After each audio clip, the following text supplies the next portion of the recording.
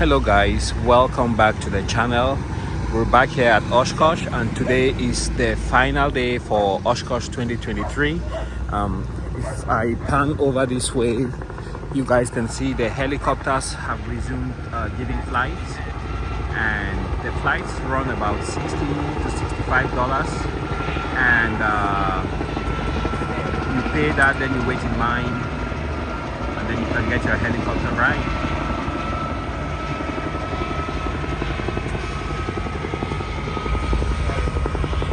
Also, the buses are gonna be running until 5 o'clock today. So let's head into the show. Lots of things have been discounted, like water. You can now get water at $2 a bottle compared to $4 during the first few days of the show.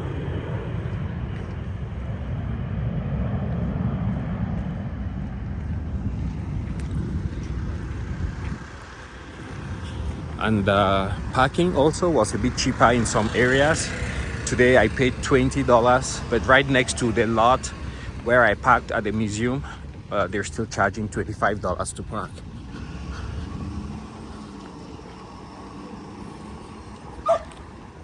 And I'm really surprised there's a lot more people early today here than I thought there would be. Those are the scooters. Really helpful if you rent those, because this place is vast.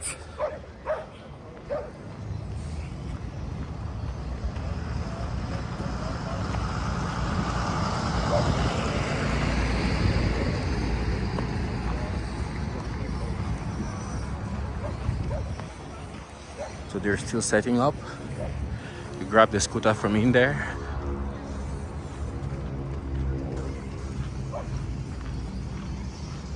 And you can register online for the scooter. Looks like the scooters are $75 and the wheelchairs are $45.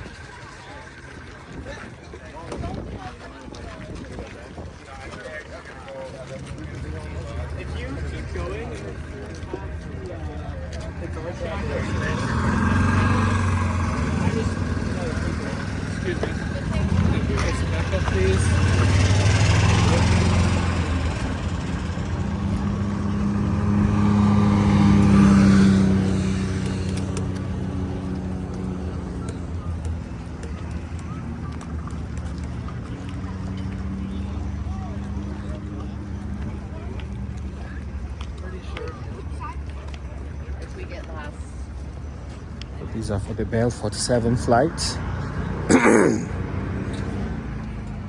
They run about $65 per person.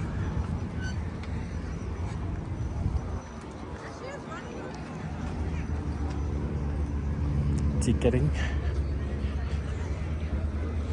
And here we go through security. Gain access.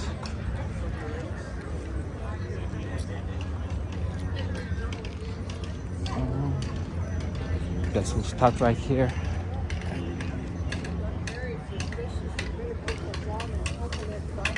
Hello.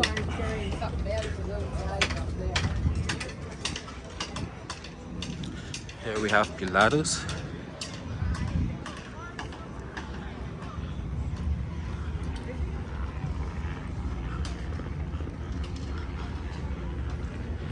The Cessna 206 turbo stationaire. Very versatile aircraft. Oh, it looks like they've added a Robinson today. Excuse me, for the helicopter tours.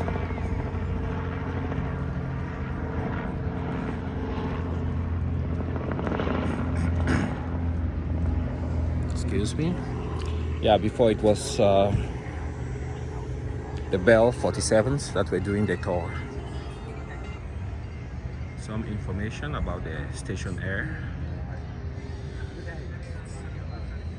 703 nautical miles range. It can carry 6. Powered by a TIO 540 Lycoming engine.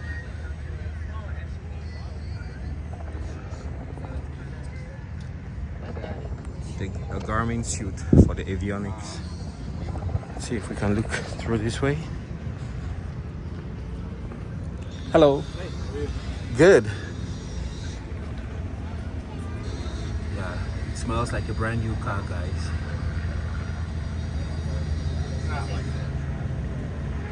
It's got the plush leather seats.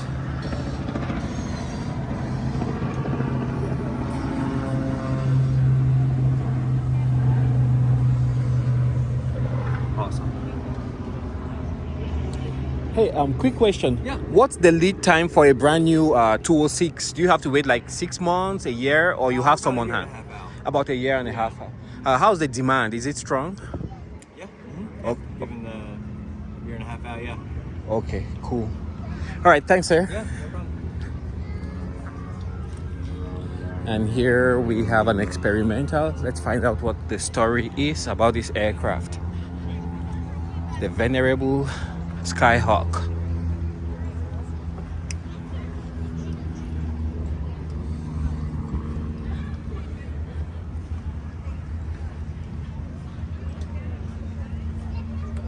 Let's take a look inside. This is a 4-seater.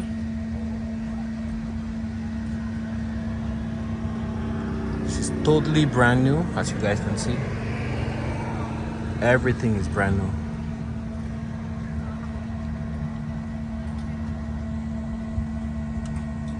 Beautiful avionics.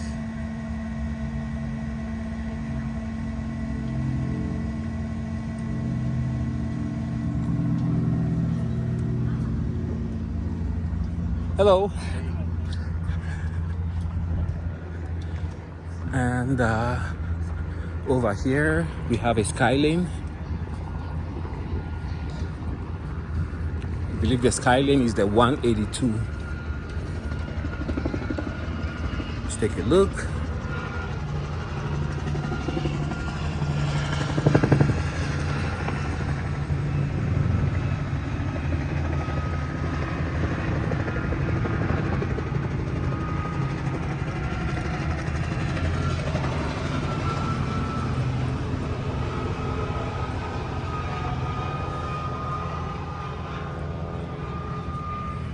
Beautiful leather interior.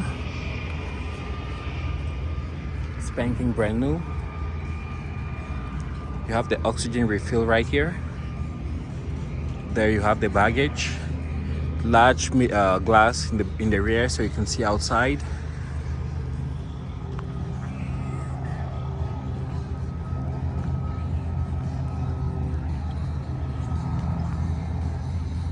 Got some golf carts.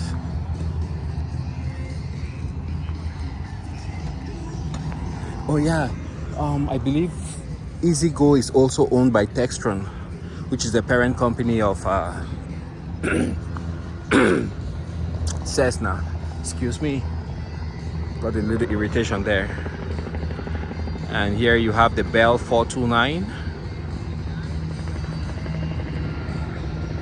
It's a huge and very beautiful bird.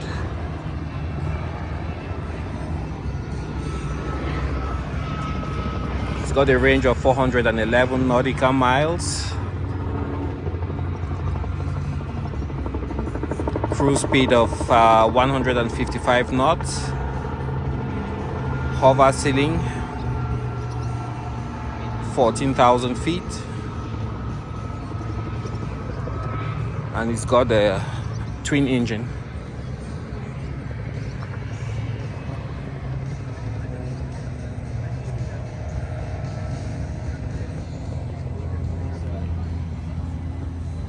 And of course you have the cable cutter in front in case you run into wires. That's designed to cut the wire so it doesn't impact the rotor system. You got a step right here for the co-pilot. Nice steps to get in. Co-pilot, pilot, map light. You got speakers on top on the roof. You got a rotor brake right there, tilted towards the pilot.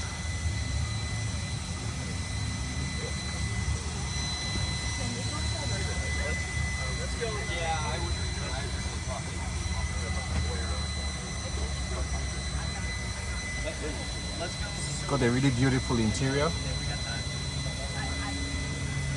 Nice leather seats. Also have a grab handle right here. Well, let's take a look here in the back. This has a club seating arrangement configured for 3 behind here and 2 back here. And coming further back, well, you have a step right here, fuel, and I guess that's probably the oil, but it says temperature. And you have the engines on top. This one has a Canadian registration.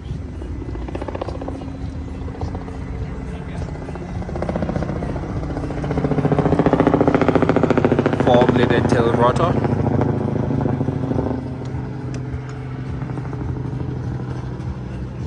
And I believe this one, they just brought it. I don't think I saw this on the first few days. Should be the 206 Bell 505. Okay, it's the new design, and it has a range of 306 nautical miles, cruises at 125 knots, carries 5. It has a Garmin G1000H avionics suite, and the hover ceiling is 14,450. Twin blades.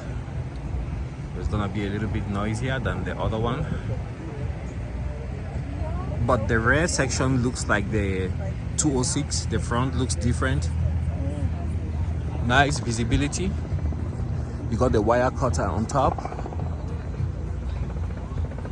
and this seats 5.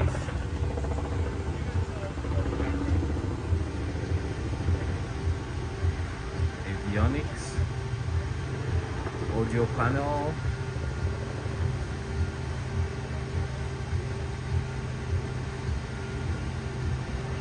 and it looks like it's FADEC. If you look right there where you can start the engine, so this seems like it's FADEC, which makes it really easy not to mess up the start procedure. There you have the rotor brake, you have some vents, and here in the back you have the 3 seats.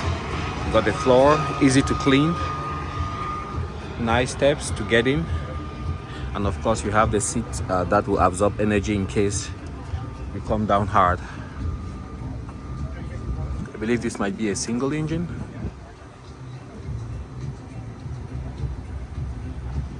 Baggage compartment, ground power connection, and there you can see the single engine.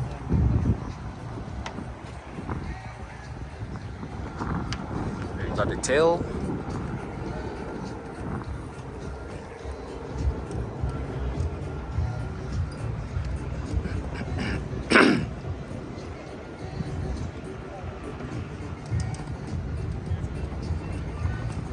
This is interesting. They have a mechanism there, some kind of device that's held away from the rotation of the body. Maybe that measures forces here in the back, probably. I'm not sure. If anybody knows what that does, please let us know. The device right there.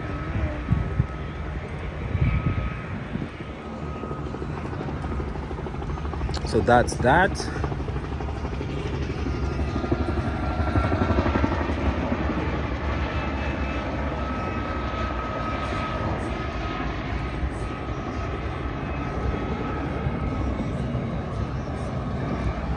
Okay, let's continue looking at some more products from Textron.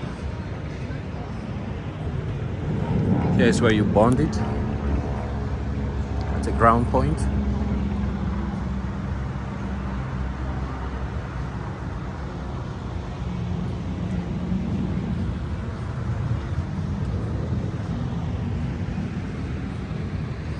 And in here you have some merch from Beechcraft, Cessna. Okay, let's take a look at the Baron.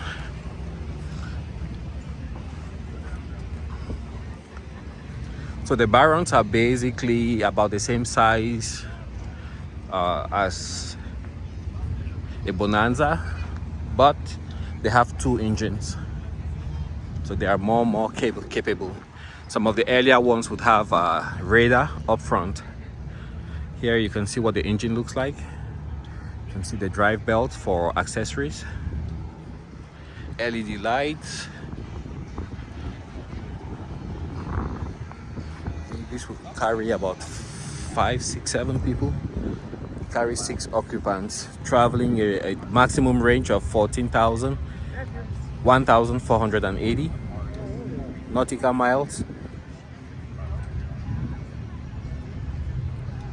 Climbs at 1,700 feet per minute.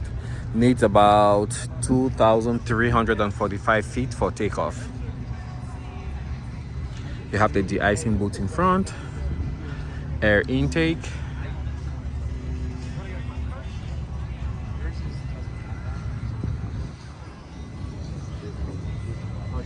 Let's take a closer look. You got the flaps and then the aileron. No step, but where you have the anti-slip sand thing, you can actually step on there to get inside. You have the first step, climb, you get inside. Then here these doors open like the barn doors, and then yeah, you get inside.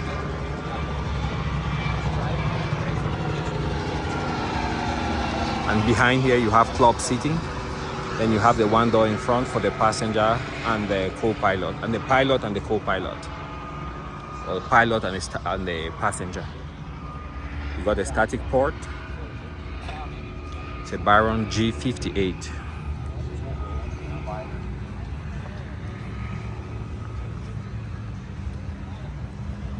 You got the elevator, which runs the whole length. That's the elevator. And then here you have the trim tab, which you can adjust to make the nose move up or down. And of course, back here you have the rudder, which moves the nose, makes the nose to yaw. That's move left or right. Here we have a King Air 360. In the past they had a 350, so I think this is the latest and greatest in the King Air lineup. De-icing boots. These engines look huge. You can see the length, they pushed all the way forward.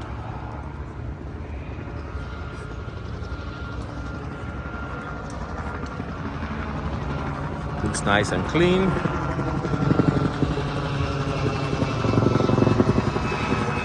These are very tough aircraft. They're known to land on unimproved strips. But this one, I don't know if it can do that. It's got tiny tires. Tires look tiny. Usually in front here you would have the radar, LED light up front, and when towing you have to keep an eye out, because there you can see the tow limits. So as you are towing and moving left, right, you have to make sure you don't exceed those marks, otherwise you might damage the landing gear.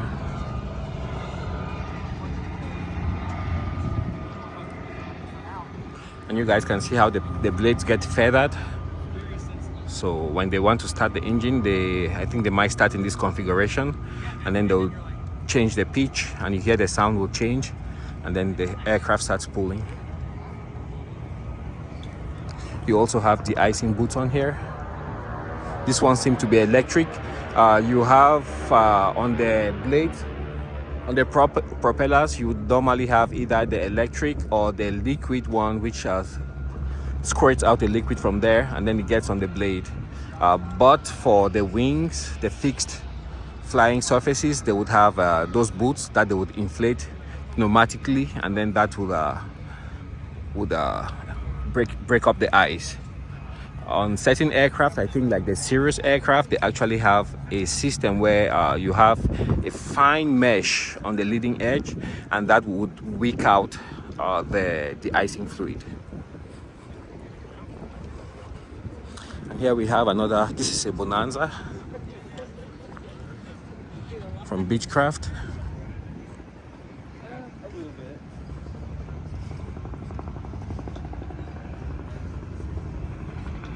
Single engine, half the cost of the Baron, but also slower because the Baron has twin engines.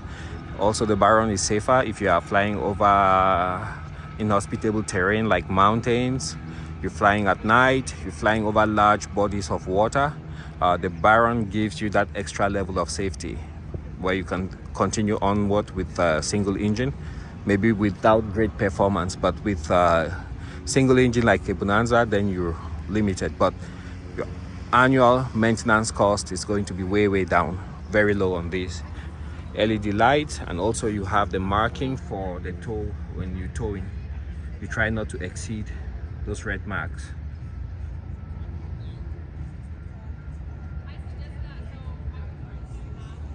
All right, let's continue.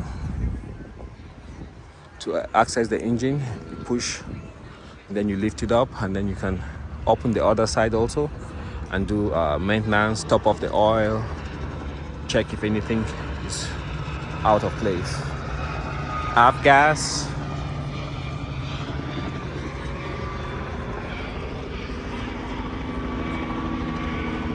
It's a beautiful color.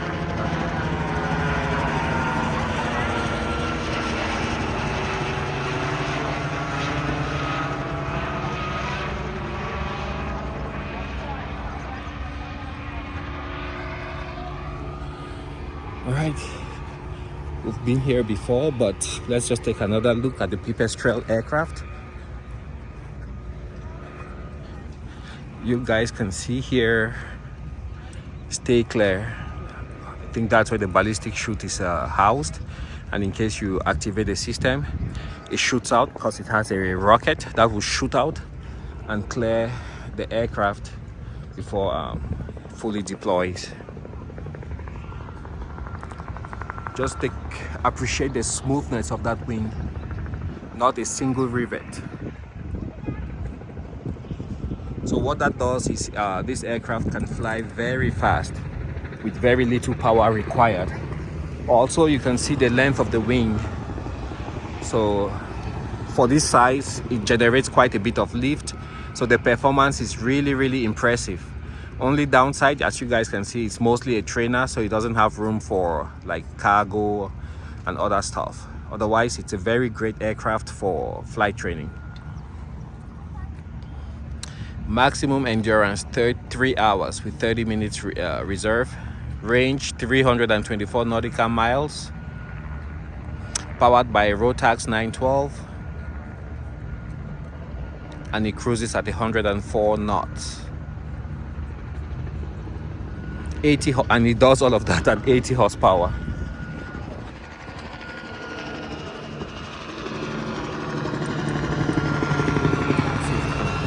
Take a peek inside.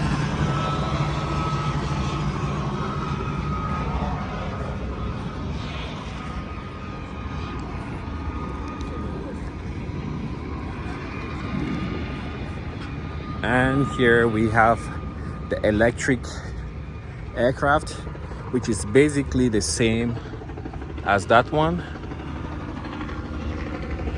but it is electric.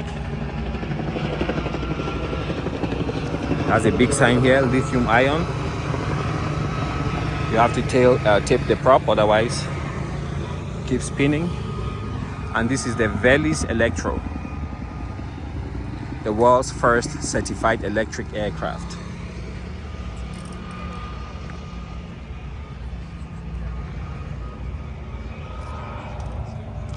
see what it looks like inside. That's the spar that's running across.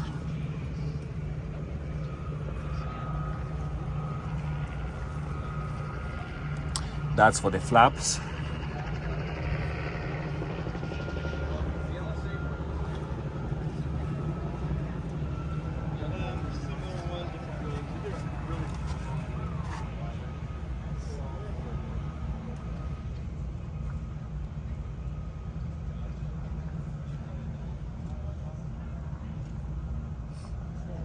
Those tiny little wheel tracks.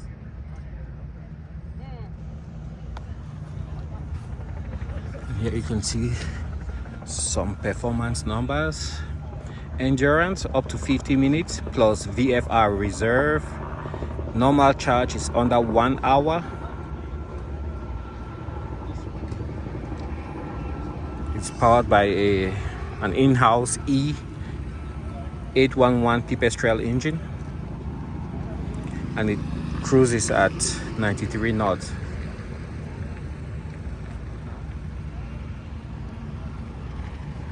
And here you have the pipistrelle signals max, and the difference, as you guys can see, is the wing span. It goes much wider. It has an endurance of 7.5 hours or 7.7 hours. Range 770 nautical miles. Powered by Rotax 912. And it cruises at 100 knots.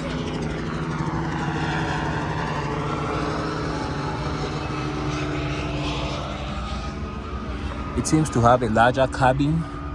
Of course, there you have the flap. The fuel gauge is right there. Yeah, and then the electrical. So the electrical You got a map light right there.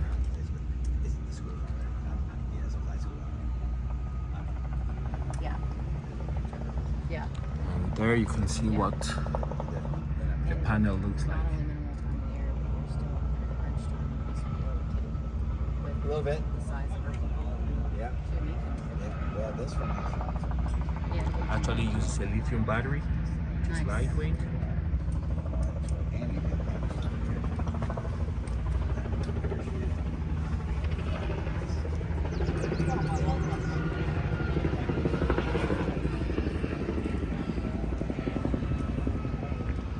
And this one also has a ballistic recovery chute. And here we have the Pantera. This was a plane that lots of people were waiting for. It was really hyped. It's supposed to take on the DA-40 from Diamond, face to face, and also the Cirrus. Oh, it's already sold. Please be careful. You guys see that? Initially, the price was going to be really interesting. I don't know how much they settled on finally for the price, but it's a really pretty aircraft. Supposed to be quite fast and efficient.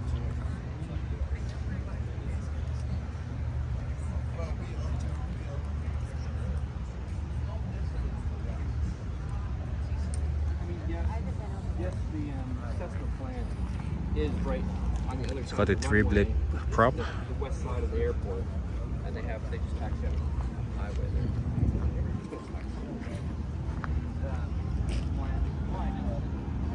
there. Takes off gas.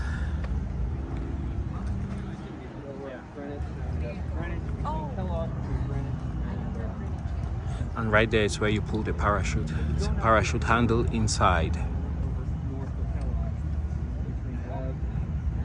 Looks really great.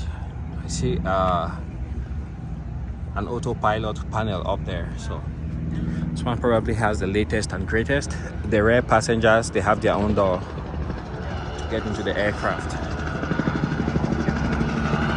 It's got retractable landing gear.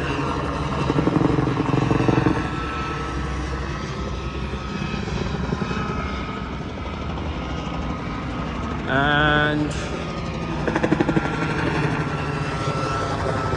let's go to the front here so we can wrap up our visit here at Textron with one quick video. That looks like the Denali back there, which is the latest aircraft from Cessna.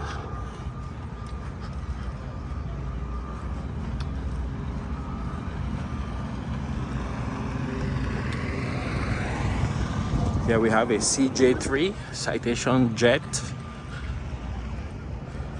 LED position lights.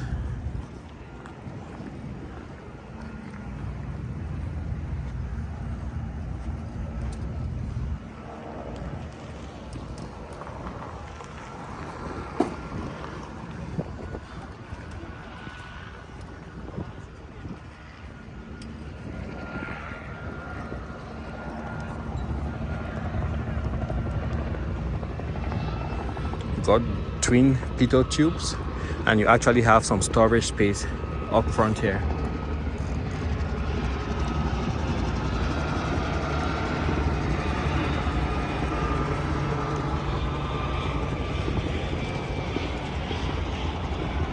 Over here we have the Denali single engine. This should take on the PC-12 from Pilatus. Again, you have the tow limits right there. LED landing lights, retractable gear. 4-bladed prop. No, 5 blades on the prop. They're short, they look almost like the scimitar kind of prop. It's a big aircraft.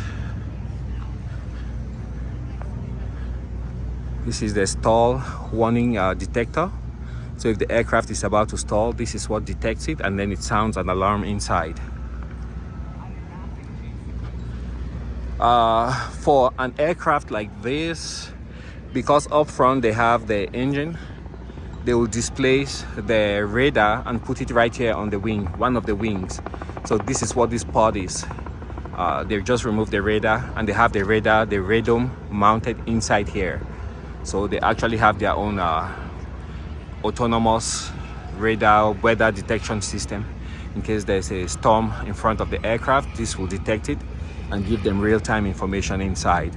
You can actually get that same information from certain services, but at times there's a delay. So what you are seeing is not happening in real time, and that can end up causing like really serious issues.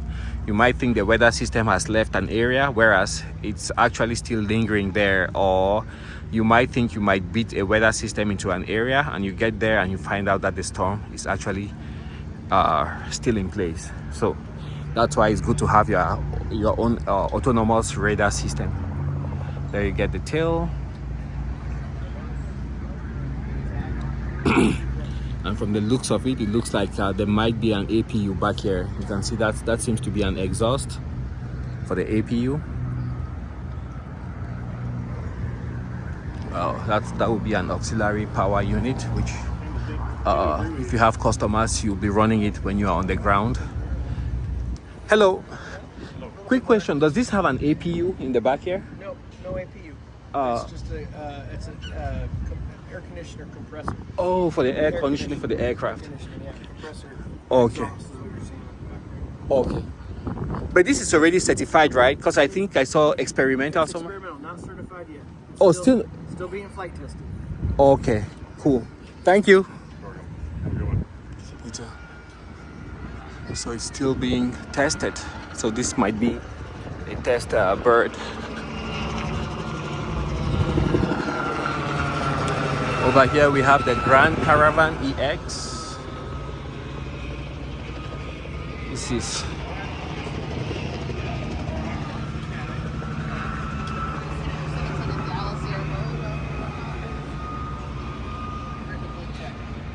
a great regional aircraft. If you have a small company with an aviation department, this would be a great aircraft for such companies.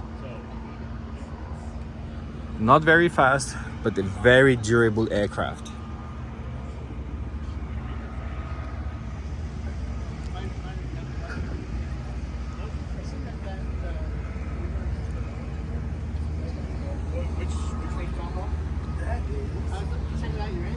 ease of operation. It's got the fixed landing gear, so this doesn't move at all. It stays put. One less thing to worry about. Air intake for the engine. And then this is That's the ice protection fluid. So if you guys look here, it's difficult to see.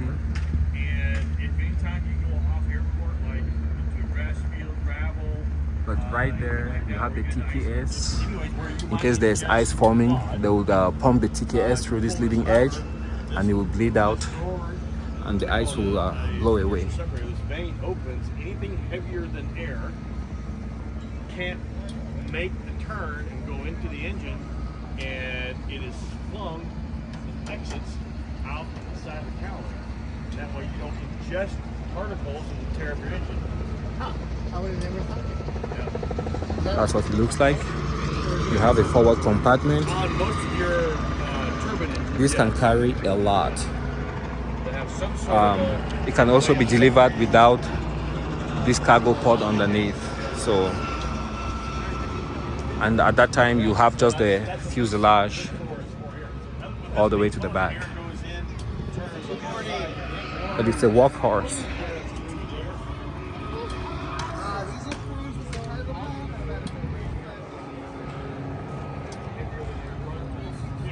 Oh, take a look here at the engine.